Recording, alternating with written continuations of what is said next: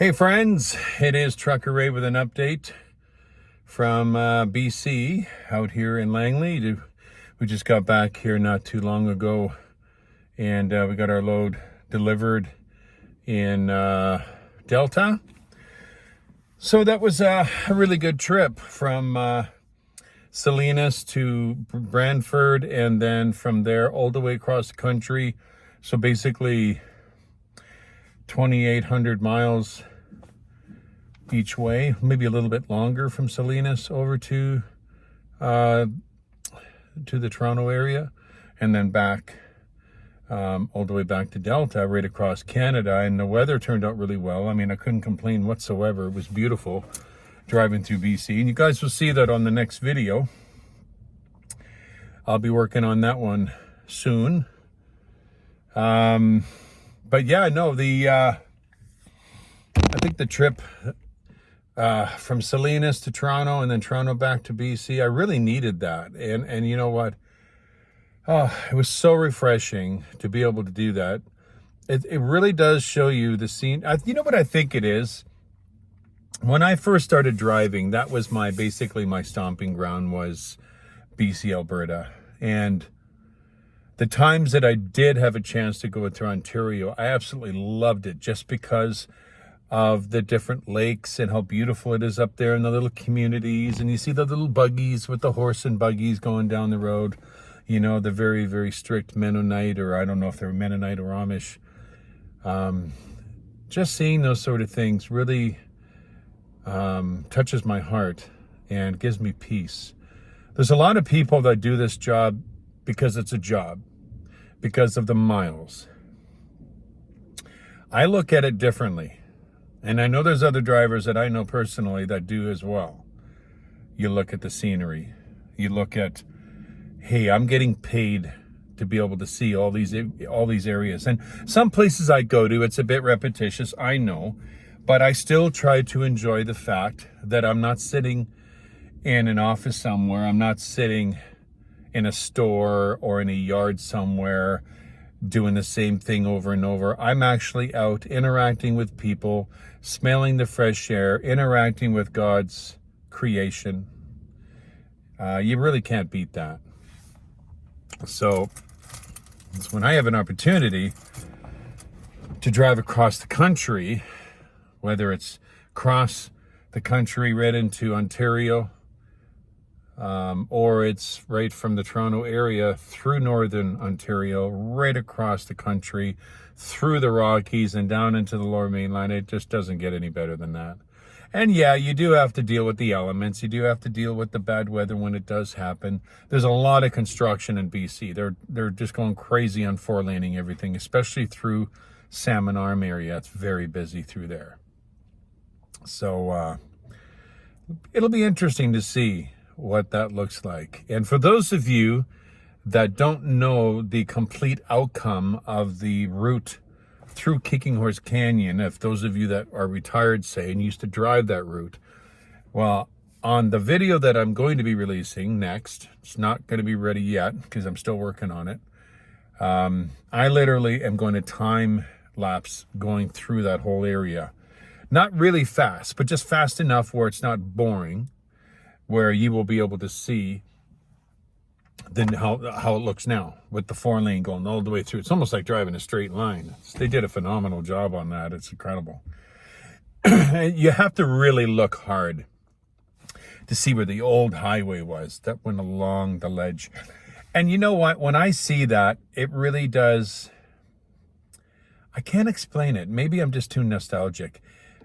That was my route for 5 years. I drove that route every day. Every day. I would head to, say, the Lower Mainland one way. The next day, grab another load, go back. Go back, go back, go back. So you're doing like 4 times back and forth. Or should I say, you're going through that area 4 times, twice back and forth. And you get your 2,400 miles, you do your reset, and you do it again. So I did it every day. And to be able to see the changes that I have seen now, it's amazing. Another thing, too, you're going to see on that video, the one I'm putting out. I am parked, where was I? I was parked at a brake check. And I think it's the one before you drop down into field. And the ravens are huge there. And one lands on my hood. And he's looking straight at me. He's like, got any food? And unfortunately, I didn't have any. Normally I'll have nuts or whatever, but I didn't have anything. I'm like, sorry, buddy, I don't have any. Of course, he jumps to the next truck and goes over to the next one and sits on that guy's hood. And I thought that was kind of funny. So maybe when I go shopping tomorrow morning, I'll grab myself a bag of nuts for the ravens. But anyway, so today I'm going to get my hair cut. I'm getting my laundry done right now. And a few other things. I've ordered some 3M tape, cellophane. A coworker did get it for me, but I guess he decided to take it back for whatever reason. But you know what? I don't really care. I just ordered another one, so I'll get it maybe a little bit later. I'll get it next week, and it's actually better stuff than I think what was ordered for me originally. It's a better quality, and it's supposed to be a really nice yellow, because the driving lights that I have in front on my truck, they're bright, they're great. But for the winter time, I want to put a yellow film over that. And then, of course, when winter is over, I'll probably take the film off because, you know, for the spring and the summertime. But in the wintertime, it's nice to have the yellow lights in the front because it's easier to see, because they're low enough and it's going to cut underneath the snow when it is snowy, when it's foggy, when it's just lousy weather. The yellow lights are nice to have. And of course, I'll only use them when other vehicles, unless it's really bad weather, I'll have them on so other vehicles can see me coming. Or, you know, I've seen those lights from a distance and they're really bright. So I only use them when I need to in dark areas when other vehicles aren't coming the other way. Because I remember when I originally first put that on my truck, I had people complaining, "You're not really driving with those on, are you?" Well, let's see here. If I wanted to be a complete jerk, sure, but I'm not like that. When I see a vehicle coming the other way, I turn them off right away so I don't blind anybody with them because they are very bright. They are for purposes of storms and bad weather and very, very dark roads. That's what they're for.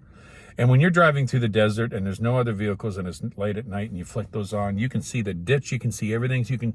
Basically, it's so I can see wildlife before it even gets onto the road. It's for safety reasons why I have those lights. It's not to say, hey, I'm a super trucker. It's for safety reasons so I can see clearly around me. And that's why I want to put the yellow cellophane on the lights as well. So, like I said, I have that on order now. Should get that next time I'm in town. And I'll put those on. I'll show you guys how that looks later on.